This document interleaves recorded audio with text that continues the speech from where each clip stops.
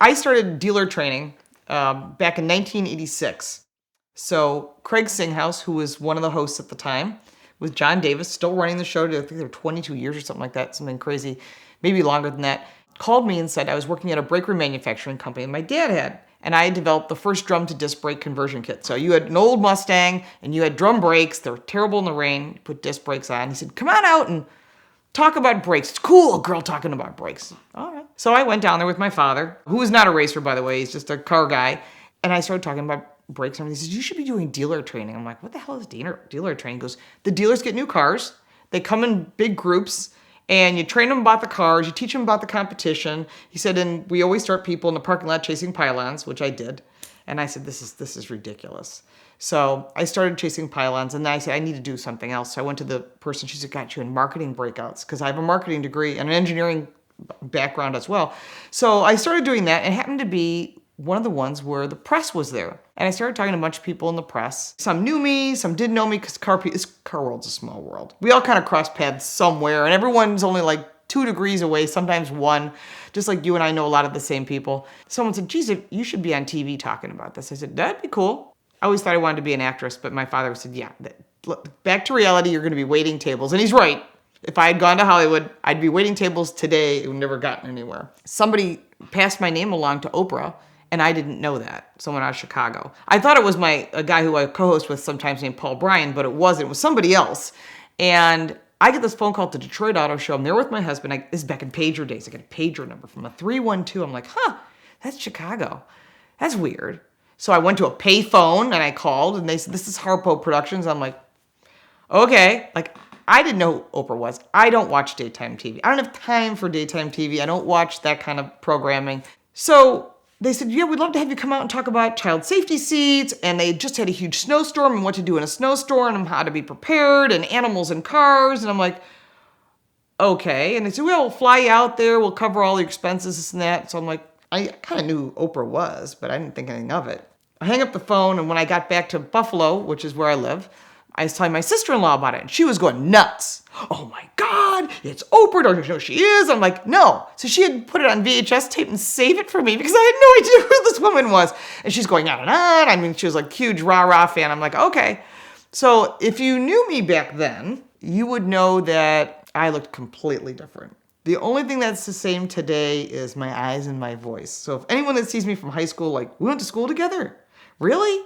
I had curly reddish hair. I had no clue how to wear makeup because I was a tomboy and I raced cars, and that was anything car related I was in. And I was about 50 pounds heavier.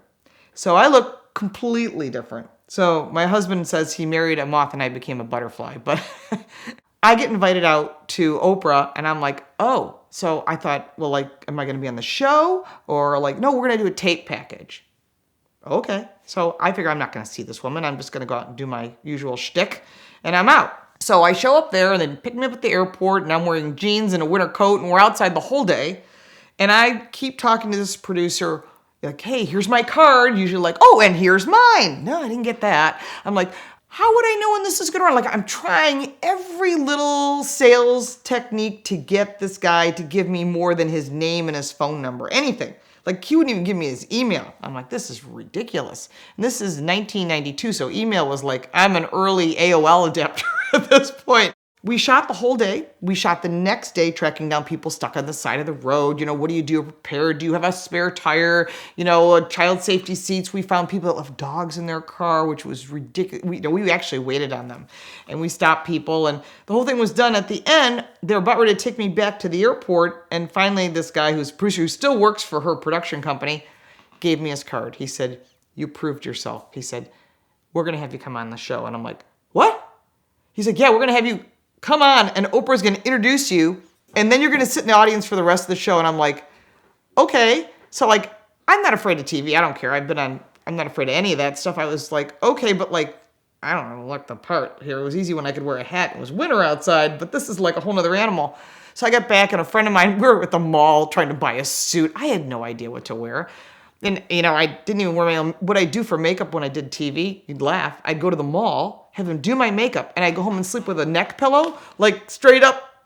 And then I'd get up and go do the TV hit because I didn't own makeup, nor did I know how to put it on. but somebody else did at the mall and it was free. So I would sleep sitting upright. It's not great for your back, but it worked. I get there, all this makeup, and I talked to a couple of the interns there, which was good because later on they were at all the news networks. And it's always good. You never know where people will end up.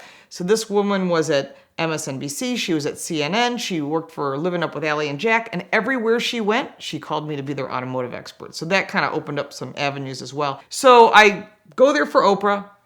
Everything was so weird. You walked in. I had like a bag, and I wasn't really carrying purses and stuff at the time. So they went through everything, opening up like chapstick, making sure. I'm like, what's the deal? It's like, I'm not going to see the president here. Like, what's the deal? She has death threats. I'm like, who would give Oprah a death threat? For what? I mean, she's a talk show host. I don't know. I like I said, I don't watch daytime TV. Did she do something that controversial that someone wants to kill her? So they put all of your things into a locker, including your phone. So you can't have any access to it. I go and I sit in the audience. She has me sit on the stage. She talks about cars. She owns a Porsche at the time. And she had a Escalade, and we're talking about what to carry in the car. And she kind of chuckled it off that she had all these snacks and things and her dogs. I got to hang on her one-on-one. She is exactly what you think she is. She is not playing games. She would say, if I wanted a ring on this finger, don't you think I would have one? Oh, yeah. There's no question. She's a powerhouse. I don't love everything that she does, but as far as her knowledge and her ability to make stuff happen, nothing gets in her way. I mean, if there's a shot and she saw on the monitor that they showed her ankles, reshoot it. Start over. And she's not kidding. And she runs it. She doesn't micromanage it. She runs it properly. She's very, very, very smart. She sees opportunity. She utilizes it. She definitely doesn't let anything get by her. So I got a call back from this producer saying, we thought you were great. You did a nice job. You know, we'd love to work with you again. I'm like, okay. So I was on the show quite a few times doing different things. And then they did the Live Your Best Life tour. And they said, hey, would you like to come with us? And it's sponsored by Toyota at the time. I'm like, okay, what am I doing? And they said, you're going to stand on stage and talk about cars and car maintenance and making good car buying decisions. I go, I can do that. I do that anyhow. I write articles about that. Not a problem. So for 3 separate weeks, we were on the road. We were in Boston and Denver and DC and all that. In the end, this is my favorite part. The last city of the last time I was doing the Live Your Best Life tour was in DC. And it was a circle in the round, and they were giving away a car. What else? So they wanted me. It was a Toyota. They wanted me to hang out for the closing. And all the rest of the experts for the other booths had left. And the guy running the show comes up to me and goes, I need your help. I go, what's up? He goes, they locked all the doors to go out the back, and Oprah needs to sneak by, but the only way out is the front entrance. So I need you to get on stage and talk about anything. He says, I don't care. Here's a mic. Get on stage, distract everyone. And I'm like, okay. So I'm not a comedian. I'm a smart ass, but I'm not, I'm sarcastic, which is sort of my second language. And so I got up there and I started talking about things that I didn't realize. I kind of created myself a little shtick because my agent reps comedians, except he won't rep me as a comedian. Probably a good thing. So I get up there and I'm like, okay. So I said, everybody knows, I know what's in everyone's glove box. Underneath the ketchup packs and the napkins is your owner's manual. And you probably never read it. So I talk about that a little bit and trying to keep attention. I'm thinking, okay. So I go on with, I walk into an auto parts store and I get looked at like I'm stupid. I said, because boobs don't make me stupid. They make men stupid. And I got to laugh. I'm like, ha, we got something here. I said, I walk in. If you're a dude, you're the dude. You're the guy, the chief. You're the stud. You're the man. What can I get you, buddy? We'll get you car parts. I walk in. It's like, honey, do you have a list? I'm like, I said, this is the difference of how it's always been. And I said, there's 2 ways to deal with it. Either one, you can get all upset and I'm offended, blah, blah, blah, blah. And it's been going on or you can just blow it off and prove yourself. I said, and that's what you need to do because knowledge is power. And that's how I started the Car Smarts name because it just sort of turned into that. She snuck by the back of the stage, gave me a thumbs up and took off. That was it. I never forgot it. And it was like you never know. Everything happens for a reason. Like people always say, you start here in life and I'm going to do this. And suddenly you find yourself over here and you have no idea how you got there. But that's what's so cool about life. There's all kinds of forks in the road and you got to make a decision which one works for you. You continue with the path of nothing changing or take the risk. So I took the risk. I stopped working for my father's business.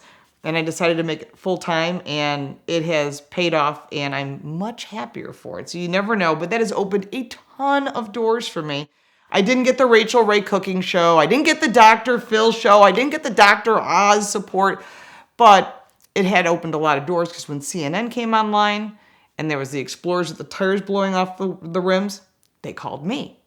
And it has evolved from Fox and Friends when it first started. I've been on that network since it started, Fox Business. I'm on international networks, and it opened up this whole weird world to me, but it's still cars, because the car world's the best. Anyone in the auto industry will tell you it's a family. You may not know that person. You may not even, it doesn't matter what you do for a living. If you love cars and there's a passion, then you're part of the family. Buying a used car, especially sight unseen, can be a very scary process, and you should never do that without getting the car inspected first. And the best and easiest way to have that done is using the Lemon Squad. They are an amazing resource that can almost immediately inspect a car for you anywhere in the country. They have no hidden fees, they're the largest company in the industry, and they have the fastest response times in the industry. So check them out now at the link in the description below. You can use the code VINwiki for a 10% discount, and they will literally go tomorrow and check out any car in the country that you are looking to buy. It is the best way not only to find out if you're being scammed, find out if the car is a piece of garbage, and to make sure that you're buying exactly the car that you're looking for. So next time you buy a car, make sure to use the Lemon Squad.